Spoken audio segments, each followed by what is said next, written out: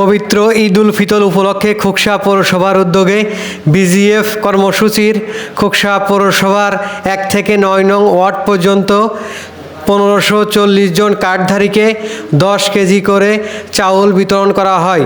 উক্ত চাউল বিতরণ কার্যক্রমের শুভ উদ্বোধন করেন খোকসা পৌরসভার সুযোগ্য মেয়র ও উপজেলা আওয়ামী লীগের সাধারণ সম্পাদক প্রভাষক মোহাম্মদ তারিকুল ইসলাম। এই সময় উপস্থিত ছিলেন খোকসা উপজেলা সহকারী মাধ্যমিক অফিসার মুস্তাফিজুর রহমান। আরও উপস্থিত ছিলেন খোকসা পৌরসভার 2 নং ওয়ার্ড কাউন্সিলর মোহাম্মদ আলী ফকর। এই সময় আরও উপস্থিত ছিলেন খোকসা পৌরসভার 8 নং ওয়ার্ড কাউন্সিলর মোহাম্মদ ইউনুস আলী।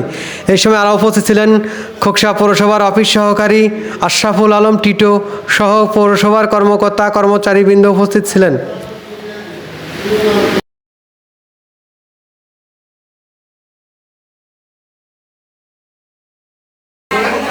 ভাই ঘরে নাকি